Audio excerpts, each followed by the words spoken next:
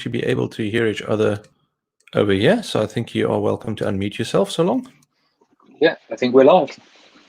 Cool. Let me just quickly get the other screen here so I can keep an eye on it. Yeah. There we are. Marcia, how are you?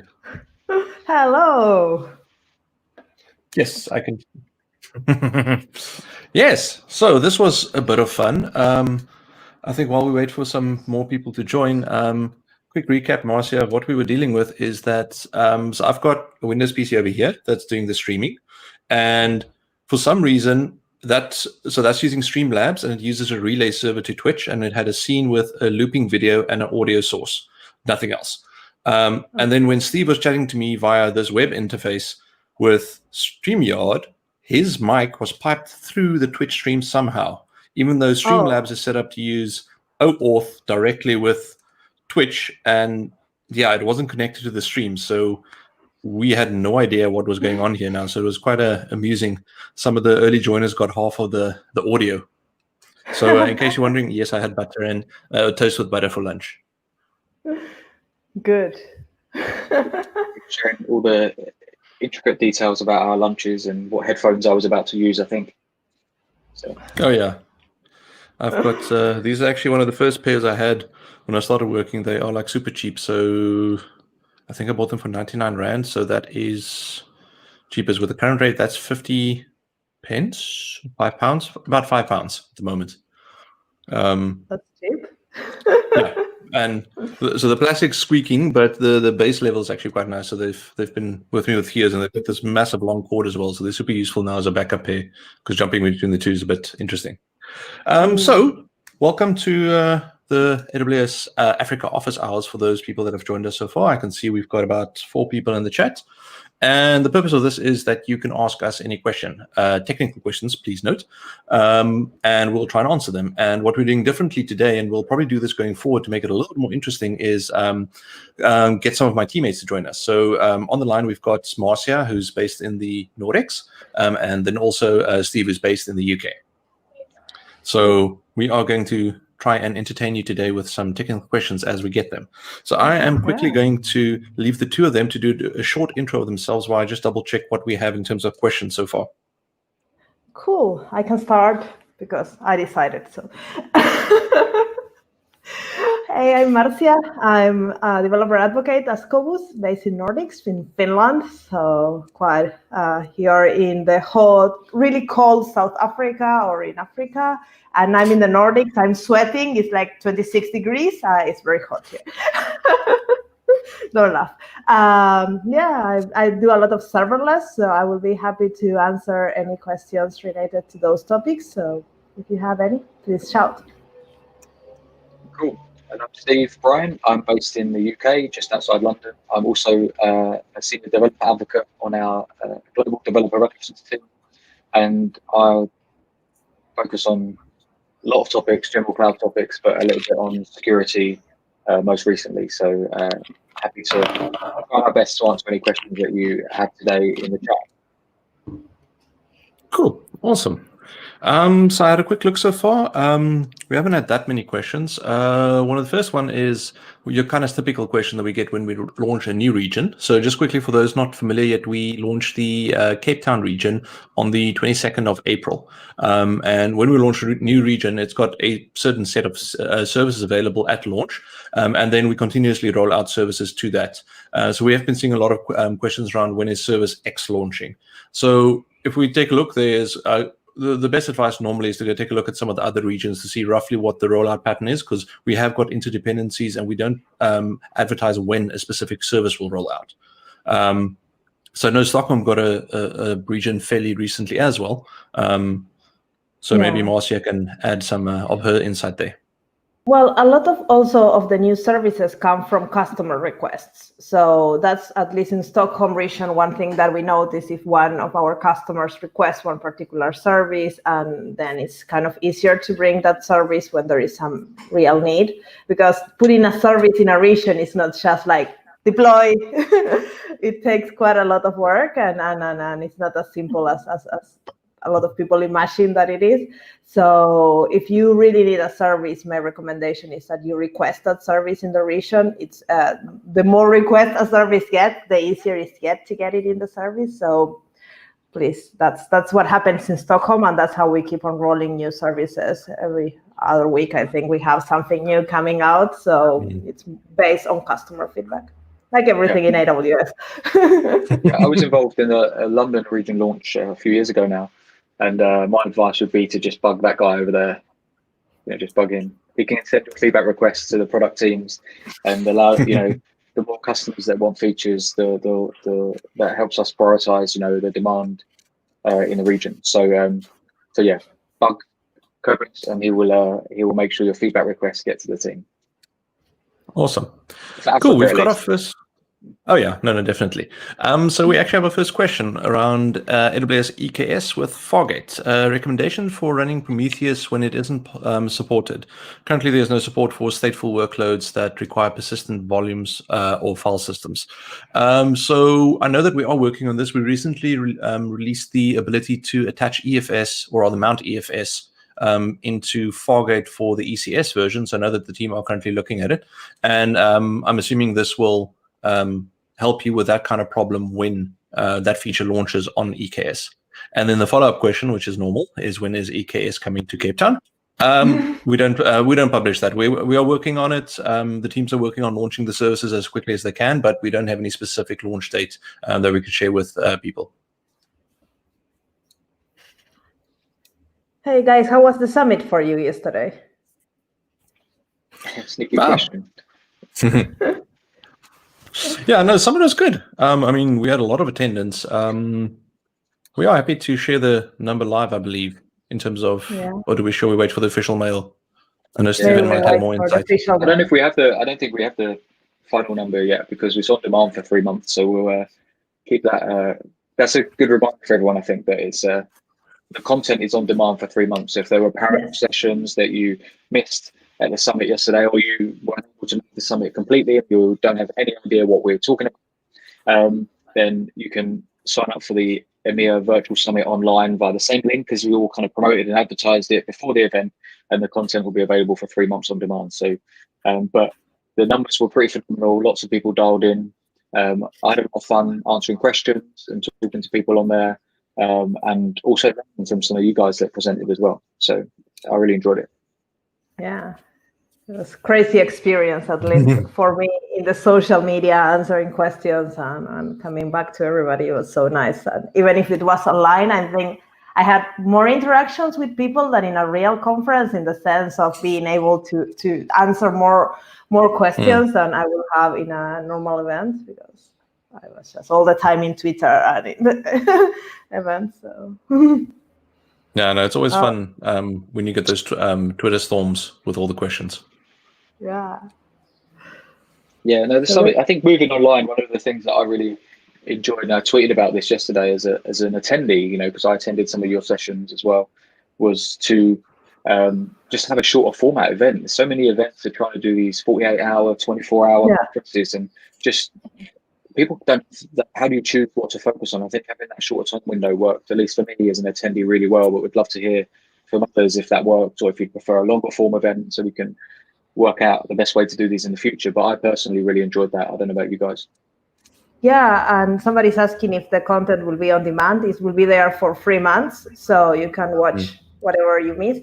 And I love the short sessions. When I was making 30-minute session, I was freaking out, because how I will put all the information like in 30 minutes. But then I think for the people watching, it's easier, because you get a more kind of compact information, and you don't wait 45 minutes just to hear the same. So it's harder for us to create the content, but it's, I think, better for the audience. Yeah, I think Answers responded there, but it's not available in a few days. It's available now, like immediately following the event yesterday. So it was already available for you, Wayne, to watch online. Yeah. Yeah, I think just to add to that Marcia's comment, I know Steve, because you worked with Ian quite a lot longer than I did, but Ian was very famous for saying it's it's a lot harder to take out, and you're only done when you can't remove anything anymore, basically in terms of what you want to say. So 30 minutes are a lot harder than 45 because you don't have to Yeah. ask on site. Exactly. And the 10 minutes for me are the hardest one, when you're like given like 10, 15 minutes slots and you're like, oh my God. I sometimes laugh in conference when they say, yes, the lightning talks for the people that they want to start speaking in conference. It's like, it's so hard to have 10 minutes to speak about something. It's like putting your ideas and share something in 10 minutes is tough.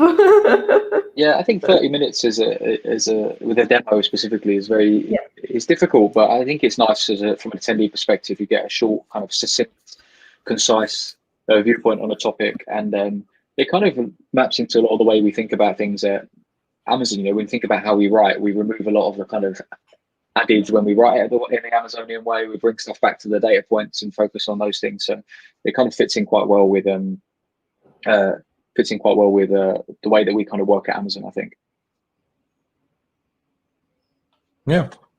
Sorry, I'm just We got a checking in to see if we. regulation question. Oh, I have okay. zero clue on regulations.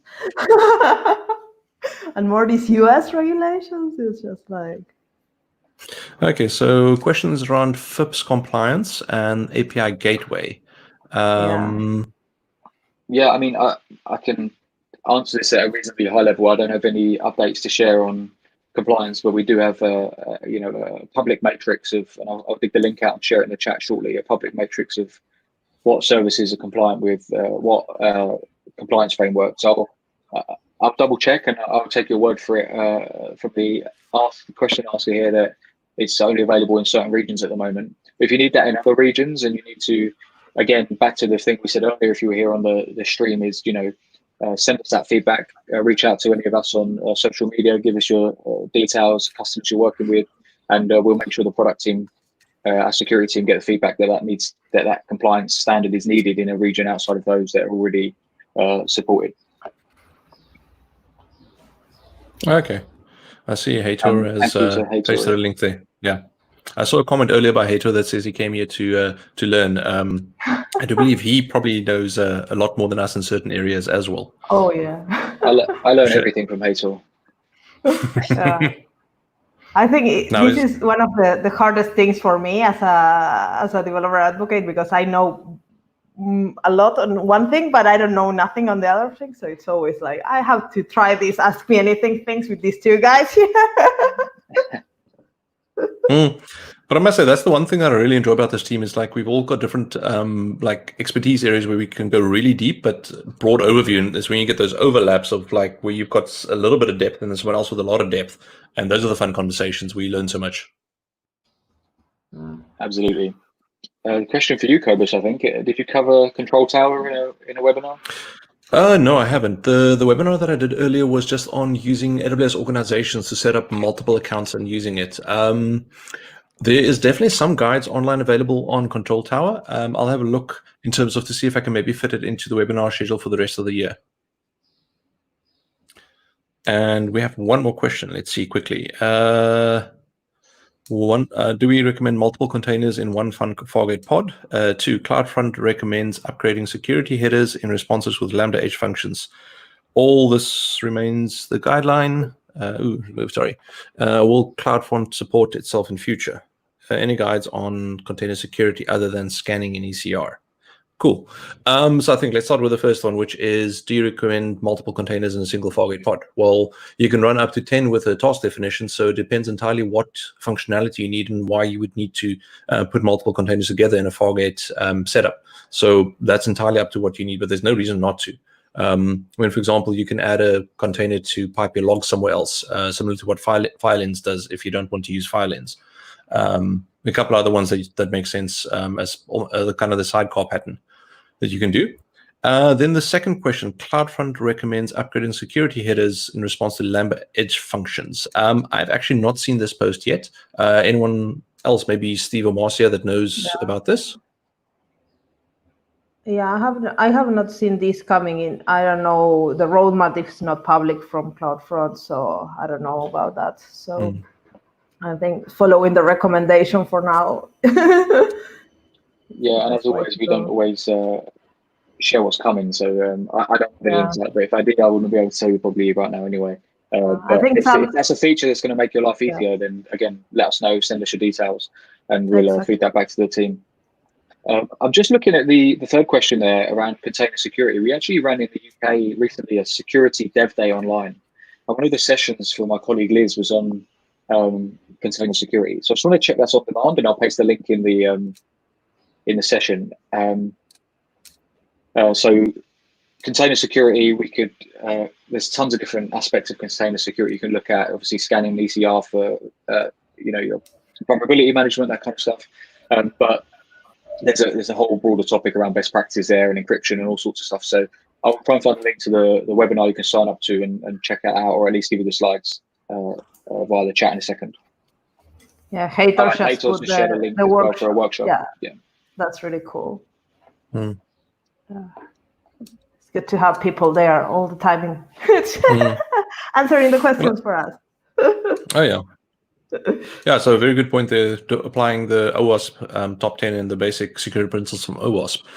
It might actually be worthwhile to do a session at some point to go into a little bit more detail exactly how Firecracker works. Because I know a lot of people think when you launch a container, it's not the exact same way with Docker as you would on a normal host when you do it, let's say, on your own server. Because we've got Firecracker, which is a micro VM. So each container runs its own virtual machine, not alongside others sharing the same kernel, just for more security isolation. So Fargate and EKS and all those are sitting on top of Firecracker as well.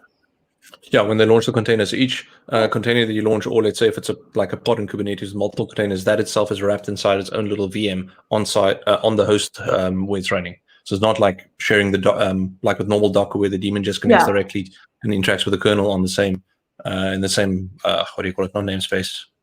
Yeah, I'll remember in a bit.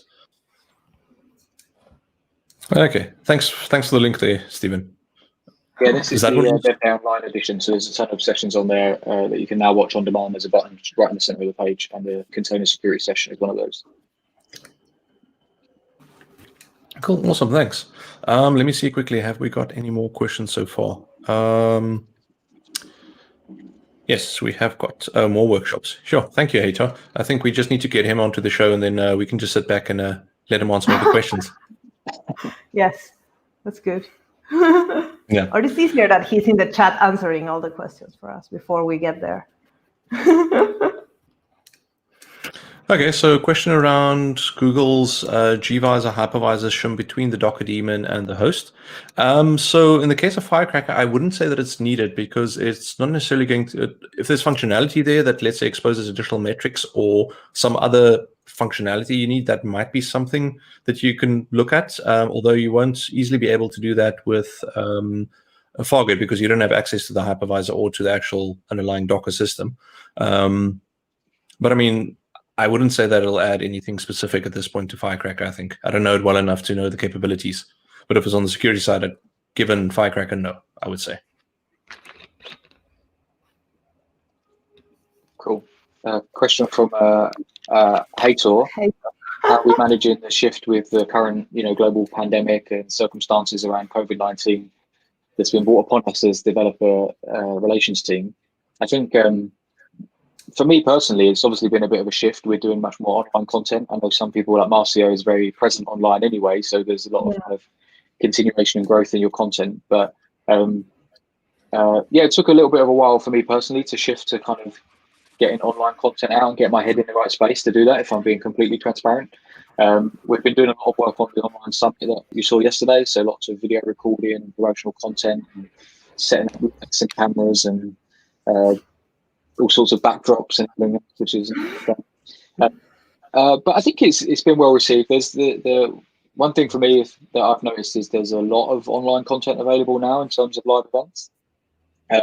So personally, as a techie and a learner, not necessarily as a developer advocate, I'm having to prioritize and pick and choose for the things that I attend. So it seems that maybe those events I think were available before in person. They just didn't feel as accessible to me because I had to go somewhere to attend them. I had to go to a meetup in London, or I had to stay late after work.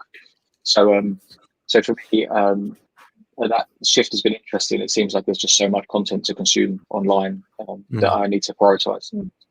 Yeah, I'm kind of happy about that in a way because, well, I'm originally from South America and I realize now that the content is global. People from places like Latin America that before didn't got any conferences, now they are able to join meetups in Europe and they even have organized meetups online with speakers from Europe and the US.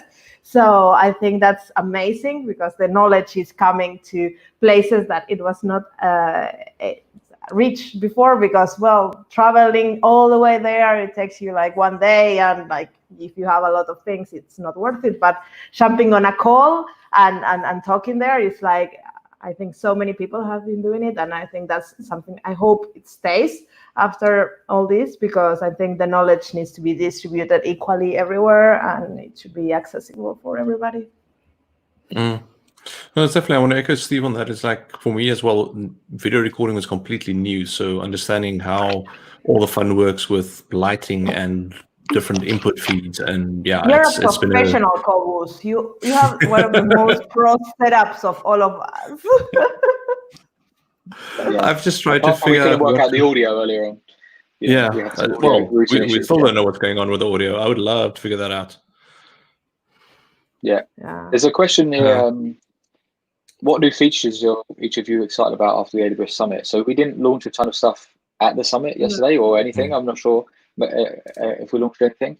No, But I think I'm this excited week about we some new launched features that we launched. the Lambda thing and the snow cone thing. Snow cone, yeah. Yeah. Yes. Oh, that's a fun one. And just seeing the Ricardo in the chat as well shared one of my favorite feature this week is I was reading Danilo from our team who wrote the blog post on the EFS Lambda feature announcement yesterday. And I think some of the opportunities that opens up for things like machine learning inference in serverless and being able to load much larger libraries in your serverless functions and not hitting the capacity limits there. It's like really eye-opening, and we'll really see some interesting use cases from customers. Yeah, for me, the amount of features Lambda is getting from reinvent to now, it's kind of sometimes scary because it makes Lambda very multi-purpose, but I think that's the idea, that it's just compute, that you can do whatever you imagine. And adding this disk, in a way, it was like, why you want to have state in your Lambda?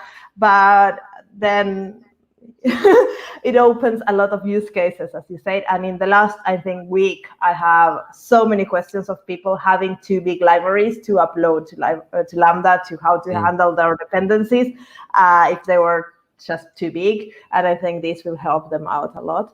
But still, I will try to avoid having state as much as possible in your Lambda functions. Don't do it unless it's something like a machine learning or something really specific, but just for the laziness of building a monolith, don't do it. So there was actually a local customer that had a very interesting use case, specifically hitting the 250 meg limit of Lambda packaging.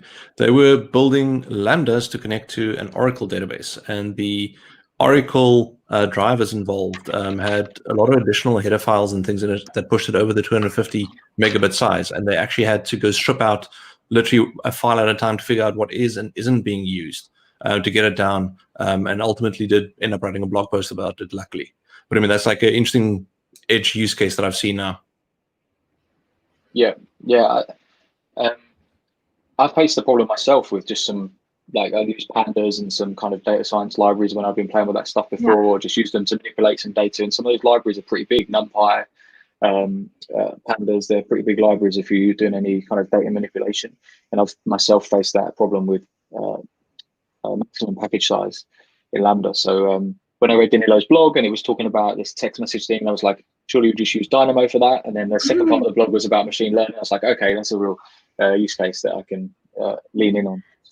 I think for some use cases, Lambda opens now the door to be a useful tool because of this. So I think that's where it's really cool, that I think every step of adding more functionality to Lambda, it makes it a little bit more open to make mistakes and to do serverless wrong. But then it opens the door for a lot of people that want to join in the serverless world and could not because of limitations. Now they can do it. But still, when you're picking to do a serverless architecture, you need to start thinking about asynchronous work and distributed systems and stateless and all these kind of things, even if you have disk where you can write things on. So don't abuse it. The other announcement this week was Snowcone, that you mentioned, Cobus, which is like this. I don't think it's available in EMEA yet, in US right now, but it's this kind of small edge, like a snowmobile. If you've seen it, not the snow, is it the snowmobile? Snowball. Tiny device. Yeah, snowball. That's it. But this one's much smaller, and it's 8 terabytes storage. Yeah, Fits and in your post box. Yeah, the snowball devices are often thought of as just a mechanism to transport data from, let's say, your data center, copy it on, encrypt it, and then send it off, and we upload it on your side. But it actually has compute capabilities as well as being able to create mesh networks. I remember we had a session with the Amazon, I think it's the Amazon response team, or the disaster response team, where you can actually drop snowballs to create mesh networks and then start computing certain things at edge that make sense and providing. So you can literally, where there's no connectivity, drop them, people connect to that mesh and then start running applications on them to help in specific disaster relief. So they're doing some very interesting things with those devices. And they're also, for those not familiar, they're very ruggedized. You can take them, drop them, throw them in water. They can even go hot enough that you can't touch them because they are thermally isolated inside as well. So it's quite a fun device. I'm still hoping to get my hands on a broken one at some point so I can play with it. Yeah, I had the snowball in London for something I was doing a while back, which was kind of fun. I ended up loading like a 40K GIF onto it. I was like, what do I load onto this thing? Like this like 70 terabyte, however big this thing was, and I loaded like this tiny little file on it. I was like, okay, that was a waste of time. But at least I learned. But kind of really cool how you can, and the same applies for all the product family, where the whole device is locked and you need a specific key to decrypt the device, which is available by authenticating with certain permissions in the AWS console. So it's super secure. All your data is encrypted as soon as you transfer it onto the device and you lock the device, which is really, really, really powerful.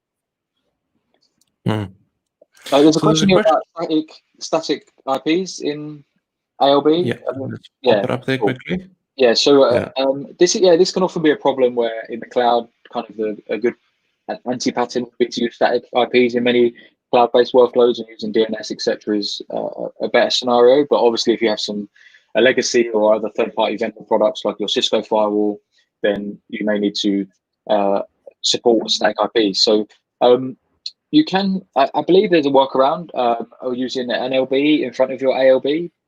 There's a blog post on it. I'll put the link into the chat.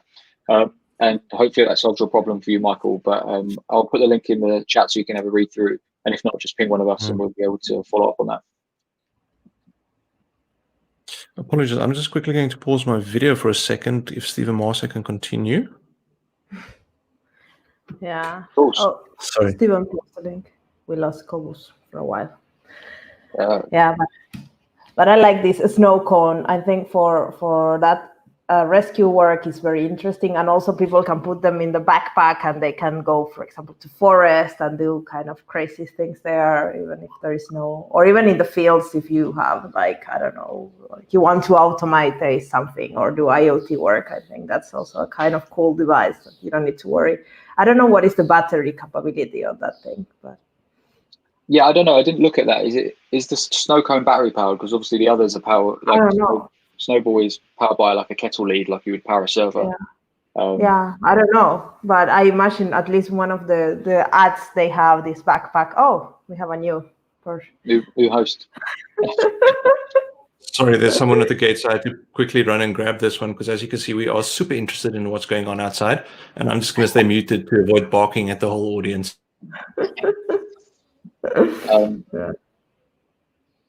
Yes, I don't know. I need to look into that snow cone. I think it'd be interesting.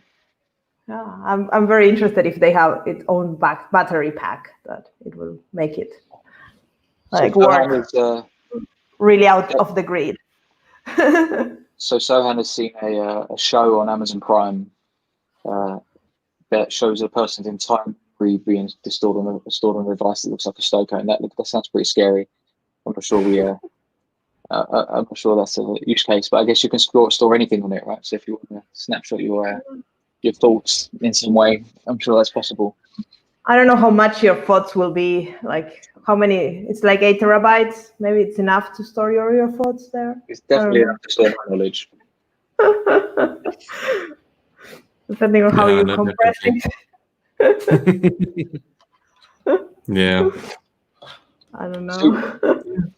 So what, like, I don't know, Cobus, if you've got any questions via LinkedIn or Twitter or pre-event, but I'm just curious, like, what are some of while the questions are a bit slow and people are thinking about what they want to ask, what are the kind of common things that you get asked in when you're presenting? What are the common challenges that people face when they're maybe doing serverless or infrastructure as code or DevOps or wherever your area of expertise is? Maybe we can kind of just proactively drop some knowledge bombs on the audience. I think it's especially in that we have because we haven't had it regionally. We've had some people use AWS, but there's a very big chunk of people that haven't built on AWS before. And one of the most common ones is like, how do I get started? Because they open up the console and then they say, okay, cool. Well, I want to start an application. And they're like, okay, cool. Do you want to run it on EC2? Do you want to go containers? Do you want to go serverless?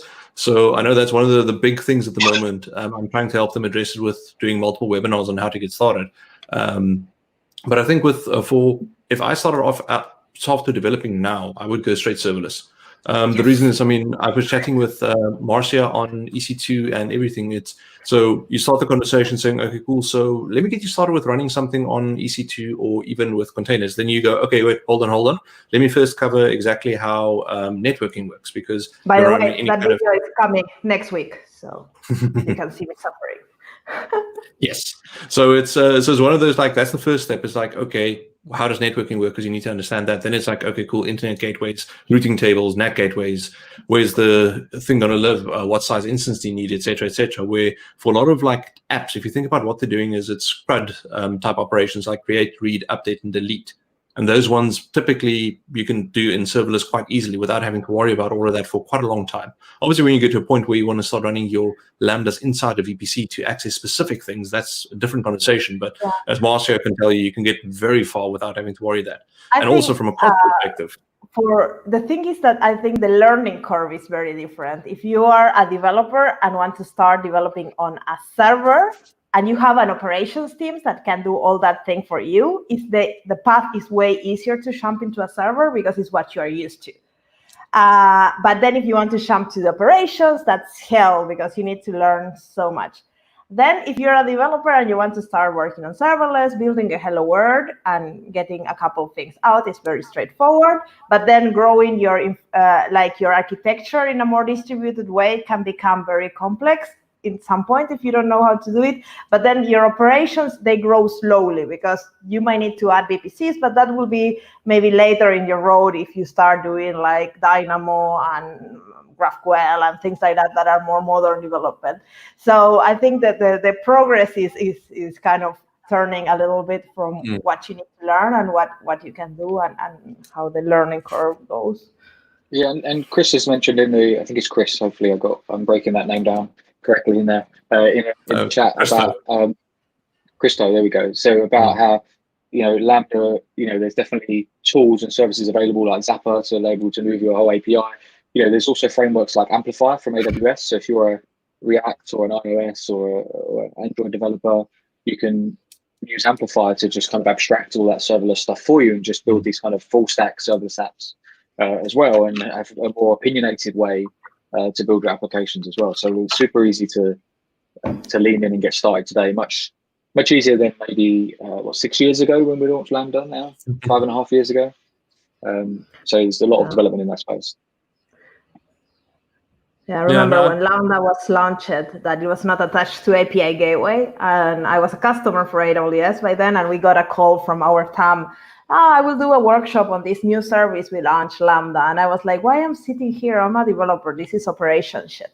I don't care about it. And a few months later, then they put it together with API Gateway and they invite us to another workshop on Lambda. And I went again. And then I was like, the light. And then I fell in love with this thing. So I think also the integrations and the connections are very important. I heard a great story from Italy of this company, Wiseair, I think their name is. They built an app during COVID-19 to monitor. You could log into this app and it was crowdsourcing how long the lines were for supermarkets using geolocation. They built the whole thing in serverless from idea to production in less than 2 days, and they've never used serverless framework or Lambda before. So I think that just is a great use case of the kind, and it obviously was high scale. You know, they had thousands, tens of thousands of users in Italy using it. So. Yeah, no, I know what Marcia basically is depicting is like how I end up in what people are still calling DevOps engineering at the moment, is that was a developer, and every single time you had to change deployments or infrastructure or anything, no one wanted to do it. So I'm like, okay, well, let me figure out how to do this and automate it. And then, it's years later that now to me seems super easy because like, just go define it in whatever DSL you want with whatever tool you're using, and then, abstract it into some modules or substacks and give it to the developer. Done. What's the problem? Yeah. Oh, and Christo's name is Goose, and I can't stop. All I can think about is Top Gun right now.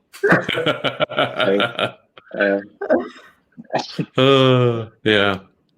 But it's the interesting thing with serverless really is like it gives you a lot of scale. It charges per invocation. So that's one of the other things that a lot of people don't always know about serverless upfront, is that you pay for the time that your code executes, and it does that in 100 millisecond chunks. So if nothing's calling your API, there's no base cost unless you've got, for example, a database running of some kind that is on a per hour cost that you're using. So it scales, it's very cheap, and you can get a lot out of it. And I think it's 1 million gigabyte minutes a month you get free with it. I think as the base free tier, and it doesn't expire. I was reading a blog post from one of our customers, Chen Rias. I don't know how to pronounce his name. He works for Lego, and he put a blog post that says serverless is for everyone. And then there he showed like a graph that was like he works for the e-commerce of Lego, and there was a huge spike in that graph.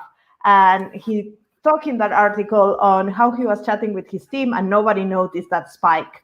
And then one of the teammates was like, well, why we need to notice that? This is serverless. It handles by itself. We don't need to worry if everything is working. If there is a lot of customers, it's business as usual. We don't care.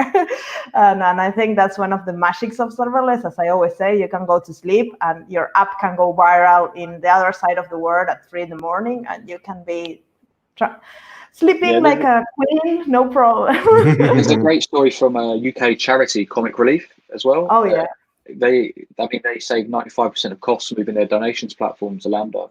So they've got some great blogs on this. If you look up Comic Relief Lambda, they're an odd charity because they run 90% of their donations come in a one evening 6-hour TV event with a ton of celebrities on TV in the UK.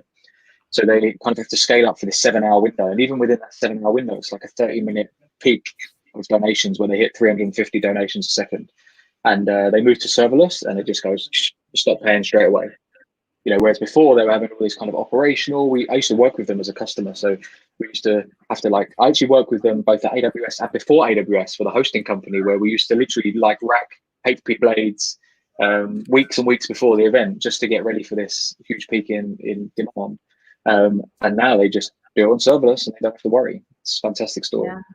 And they can, and I think one of the coolest things is now people can donate all time during the year, because before they could only have their donations up on that particular day because it was such a big work. And now they have the donation system open all the time. You can just go there and donate. So yeah, this is super cool. So what other questions we're getting asked, kind of generally? I guess if we keep on that kind of theme, not to just make this a serverless AMA, but in the kind of security space that I'm looking at, I think one of the things, as you touched on, Marcio, is this kind of now all of a sudden you have to worry a little bit about operations.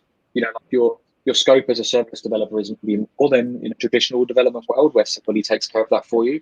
So think of things like permissions for functions. What permissions does your function have? What services can it access?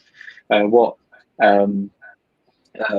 bucket policies do you need for S3? These kind of things are things that now you have to worry about, whereas before someone just took care of securing your storage and securing your privilege. And I think when we go to the serverless world, it's also a change of mentality on the developers and where are your responsibilities, because now you are really facing the infrastructure, at least maybe not all the stack, because sure there is some part of your stack that might be handled by some operations team, but at least the function and some of the resources that function consumes, you need to be aware. But there are some tools also that you can run in your like CI/CD pipeline to verify that the permissions are like on place or least privilege and stuff.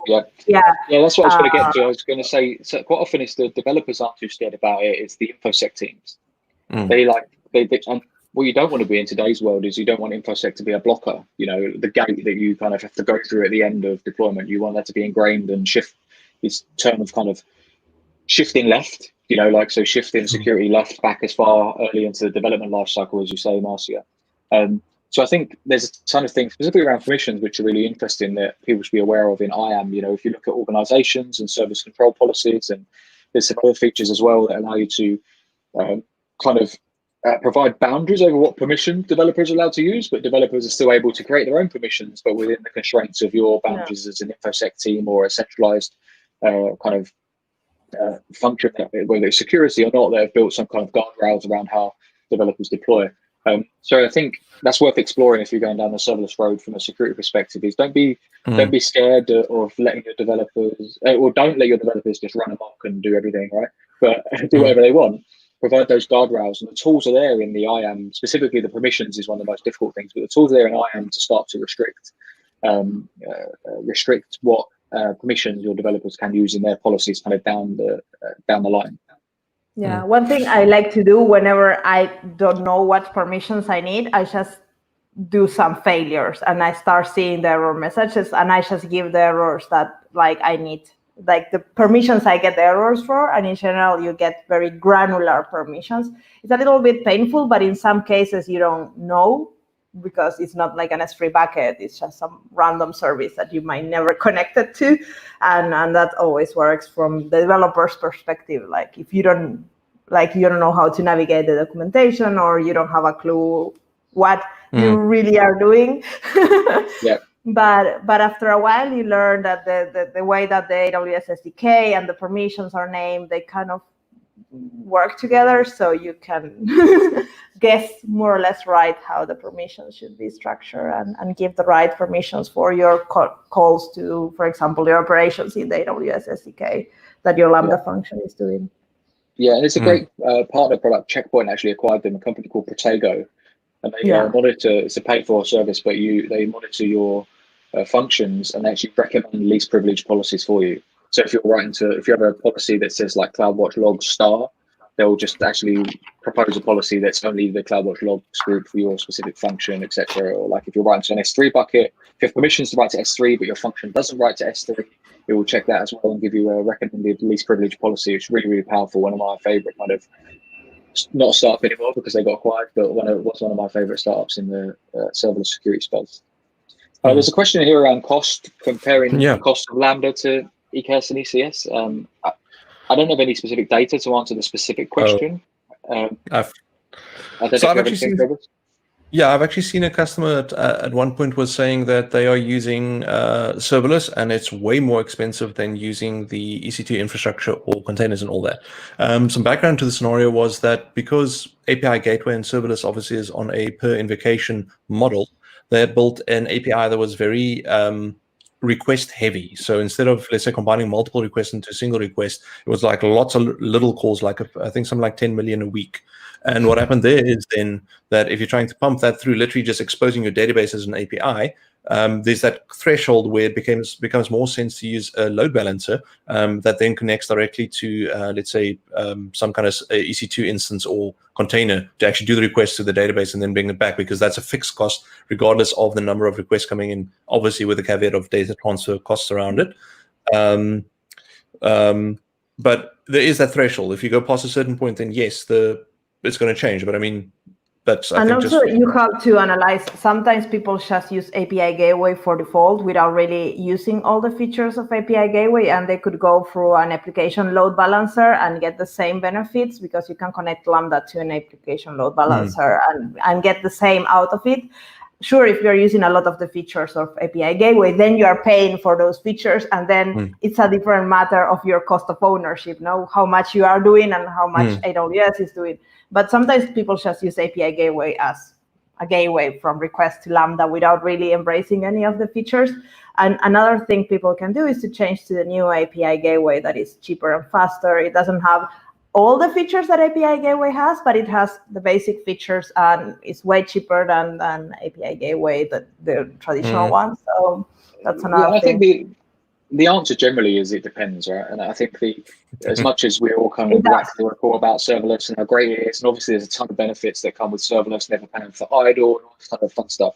If you've got long running functions, then you're going to look at containers, costs are going to get out of control. If you have to have an API trigger, like a HTTP API trigger with throttling, with custom authorizers, and you've got a ton of requests, then maybe that's going to add quite significantly to your cost versus the standard HTTP API gateway. So it depends on your workload, really, in my experience. And there's definitely lots of benefits, but obviously, and then always you have to look at total cost of ownership. I think that's something it's easy to say, if I ran this same workload in EKS or my own Kubernetes cluster on EC2 versus serverless, it will be cheaper because I've got long running functions or whatever.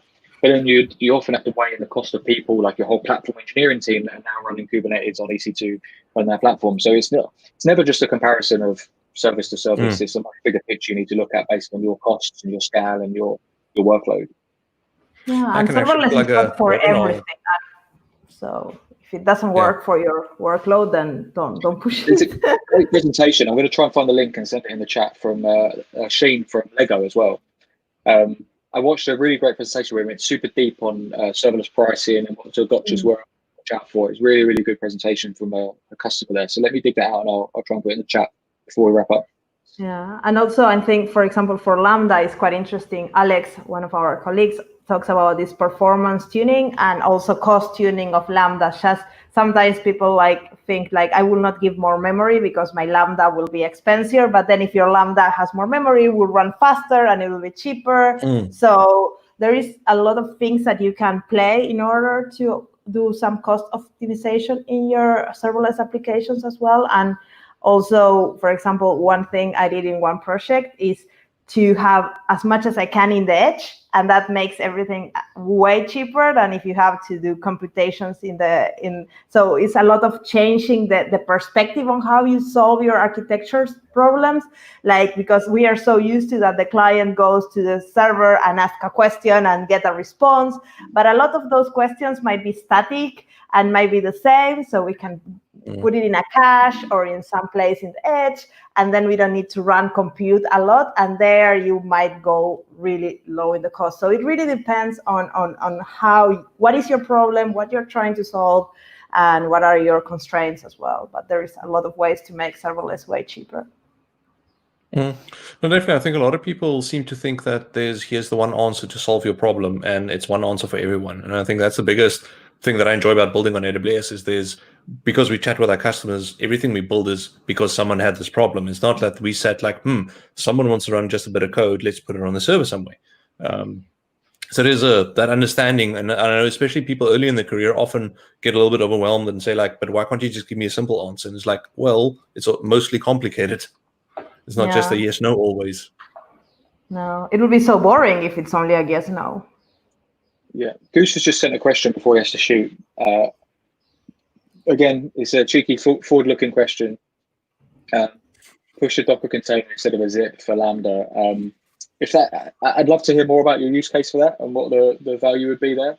The zip, whilst zips can be painful, is pretty straightforward and works. So I'd love to hear more about that. So feel free to ping me or Marcy or on Twitter, and we'll or Kobus, and we'll follow up on that. But I'd love to hear more about what that use case is and share it with the team. And as always, if that is in the works, I don't know, and I couldn't tell if I did.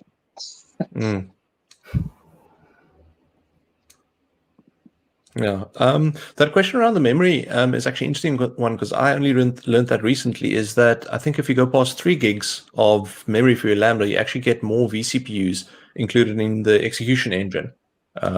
Is it that, Marcia, is it the 3 gig mark? Because I also remember there's something at 1.8.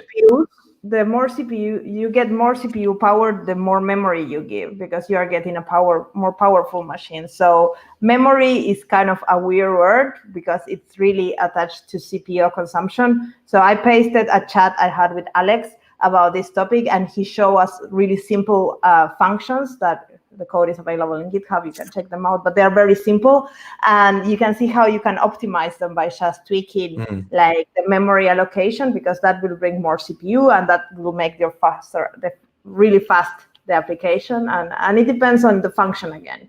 If your function is just hello world, you will not notice the difference, or if it's calling a third-party API when you have this latency that you cannot avoid. But if it's doing some processing because you need to do some computation, then it really, really makes a difference. The more memory you allocate.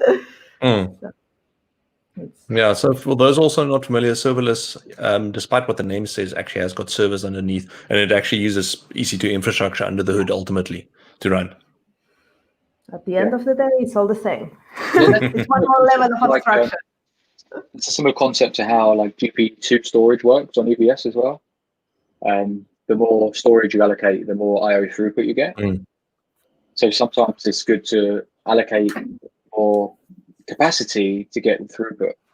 That makes sense. So like in a lab world, sometimes it's better to allocate more memory to get the CPU, even though you don't need the memory as such.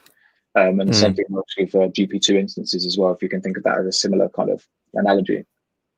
I know one talk that I had yesterday was on spot instances. It's one of those like fun conversations explaining the spot pricing model, which is up to 90% cheaper, where you can literally go pick an instance 3 times the size, and sometimes because it reduces the processing time, it still saves you money, even though it's in theory a much more expensive per hour instance that you're running. Yeah, Spot is one of the kind of quite interests me when I speak to a lot of customers. Spot isn't in a lot of the kind of, I guess, the minds of new people to AWS. I guess, if you've been around AWS for a while, you're aware of it, or you've got a workload that needs it. But talking about containers, Spot is a great use case for containers. It's used a hell of a lot for container workloads. Skyscanner, who are a travel software as a service company in the UK.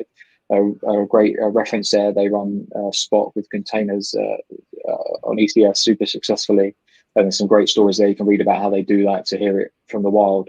But Spot, yes, it's fantastic. So the features available, and now you can even build these kind of Spot fleets that are like global. You can say I need a minimum of this CPU, and I'd be happy to use all these regions and go like some embarrassingly parallel high performance computing workload, and just Spot will take care of making sure that resources are available for you to do that and just deploy them around the world. And we're seeing some fantastic stories of research organizations and universities and academics spinning up, some of the top 100 supercomputers in the world on Spot for a few $1,000s. It's crazy. Wow. I remember there's that one reference where Western Digital spun up. They were running their simulations of this. They spun up, I think, 1 million cores in 24 hours. To test out the simulations, and it brought it down from days into just a few hours. And the fun part of that story is that they didn't tell us beforehand, hey, they're going to do it. So I'm assuming they had their account limits already lifted for that kind of volume. But it's just like, okay, cool, spin it up, use it, spin it down again. Would love to play with one of those things. I got a message from someone this morning, which is what made me think of that, is that there's someone building some content. There's going to be a kind of cool video coming soon around spinning like up a top 10 supercomputer in like 60 seconds in AWS. So someone's playing around with that at the moment, and we're going to see if we can get something out about that. I would love to see that, especially with a dashboard. If we just see that ramping up. Yeah, it's a cool use case, and I think it's often like in that whole space. I mean, maybe not everyone on the chat is kind of working in that space, but if you're interested, there's a ton of like open data on AWS and a whole data catalog available of free and accessible data that we host for things like NASA's Landsat imagery and the European Space Agency and stuff. So if you want to get into that space from a scientific computing or a data science perspective, we actually offer a load of data that's available and local to your compute resource in the cloud already, free of charge. Stuff that's of use to the community. And then we also have a data marketplace now where you can actually go and purchase data that's of commercial value via the AWS marketplace, and it's hosted in AWS as well. So there's a huge part of AWS's business focusing on high performance computing and research workloads, which is just a fascinating space. Oh, thanks, Marcia. The data exchange thing is pretty cool. All the data that you can get from how many fishermen there are in US in the lakes or something like that. It's something very random. The fishing rod sales per state. Like, something very, very random. But then you can get, for example, for the pandemic, there is a lot of information that a lot of companies are leveraging to build their own applications. So you don't need to go and collect that data. You can get it from really renowned organizations that are doing that. And then build your applications on top of that, because sometimes data is the limiting factor for building our solutions. Because if we think about going and finding the data, that's even a harder job than building the application. But if the data is available and it will come and update itself and everything will be handled for us, and we just pay a monthly fee on that data, then we can build whatever we want. And I think that's the amazing power of this data exchange. That was the biggest eye-opener for me when I started working a bit closer with the data scientists a few years back. Is like, I thought they had all this fun with data sets, processing it, analyzing it, and then they said, well, we spend about 90% time cleaning it, and then only do we build. Data engineering is like just, and this is where why libraries like pandas and stuff have become super popular, because they just spend all their time just manipulating data frames and getting you in a position where they can get some insight from it, which is crazy. So if you can leverage, others' data that's maybe already available in a reasonable format, like a Parquet format or something that's easily consumable, which a lot of these data sets are, then it can accelerate your kind of experimentation quite quickly. Yeah. Good. Let me see. I had a quick scan now on LinkedIn and on Twitter. I don't see that many questions. I'm going to say that it's because we did such a good job yesterday and we answered everybody's questions about every service available. Summit, yeah. Sure. Yeah. This is fun. Any last few questions? We've got a few minutes left now at the end. Cool. Here we go. How do you feel about creating lambdas with AWS CDK or AWS SAM? Good. You need to use infrastructure as code. It doesn't matter what you pick, just pick one. I think that one depends on what the majority of your infrastructure is, because often what will happen is if you just got a single application you're deploying, then SAM is probably going to be easier because everything is self-contained inside the framework. Where if, for example, this serverless app is only a part of your infrastructure, then it might be better to start off with CDK to, for example, build your VPC, an additional infrastructure that you're going to use, and then go deploy your application with SAM, referencing, for example, the VPC and some of the other components in there. I think also, for example, for me, I like SAM personally because I like CloudFormation. Don't hit me, but I think SAM is a good step on learning CloudFormation. So that's what I always try to keep close to SAM and CloudFormation. And CDK takes you away from CloudFormation. So if you do things on CDK, you will never learn CloudFormation unless you really spend time learning CloudFormation. So that's kind of a thing. If you are starting out, you might need to decide, okay, do I want to go from a maybe easier path and use CDK? But then if I ever have a problem that I cannot solve on CDK, I might need to go and learn CloudFormation from start. Or then do I want to use SAM that will initialize me on CloudFormation in a nicer, softer, and fluffier way? And then when I get to do small little bits of CloudFormation here and there, and then I will learn and learn and learn to be able to do more complicated things. So that's one of the reasons why maybe one or the other, but there's many reasons, and there is no better than the other. It depends on your use case as well. So before we get to that last question there about the pipeline, just a quick punt. At the end of July, I'm in the process of scheduling at the moment. We're going to do a 4-part webinar series on infrastructure as code, where first one is just based on an overview of how can you use the different tools, CloudFormation, CDK, and Terraform. And then we're doing a deep dive in each one of the 3 sessions. So it'll be with myself and Darko. Some people might get confused. I'm the one with a long beard. He's the one with a shorter beard like this. But other than that, we look the same.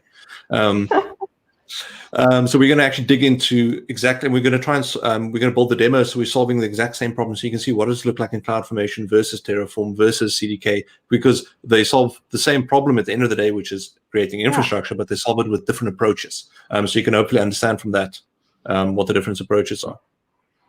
Yeah. And I think at the end of the day, just pick one, or maybe it depends on your application. You might want to have different. For example, if you're using Amplify, that's also infrastructure as code, kind of building automatically for you using CloudFormation for your client. Then you might want your serverless developers using SAM, and maybe you want your hardcore infrastructure people building CloudFormation because CDK, because at the end of the day, everything decides to CloudFormation and can work together. So it's depends. Always depends. Always depends. Yeah. Okay. I think we about can it. wrap up. I have another I think meeting. we wrap up.